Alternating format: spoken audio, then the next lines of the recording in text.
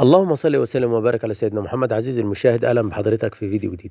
الفيديو اللي قدامنا بعته لنا عم عبد الجليل من المغرب. تواصل معايا عبر الواتس. قال لي ان المحاشي اللي شايفين حضراتكم في الفيديو بيشغلها يا جماعه مش راضيه تدور. انا قلت له تاكد من الفلتر اللي في تانك المحشه والبوجو، ولو في سداد في الشكمان اتاكد من الحاجات دي عشان المحشه تنطق معانا. قال لي انا غيرت الكربراتير وجبت كربراتير جديد اللي بيشغل المحشه بتدور شويه كده، ما بتكملش حتى 5 ثواني كده وبتفصل منه. لو لاحظنا كده هنلاقي عم عبد الجليل بيدور المحشه بيشدها وهو قاعد، يعني ايه؟ بيشد وهو قاعد، مفيش كبس في المحشه، وهي دي المشكله. طب دي حلها ايه او علاجها ايه؟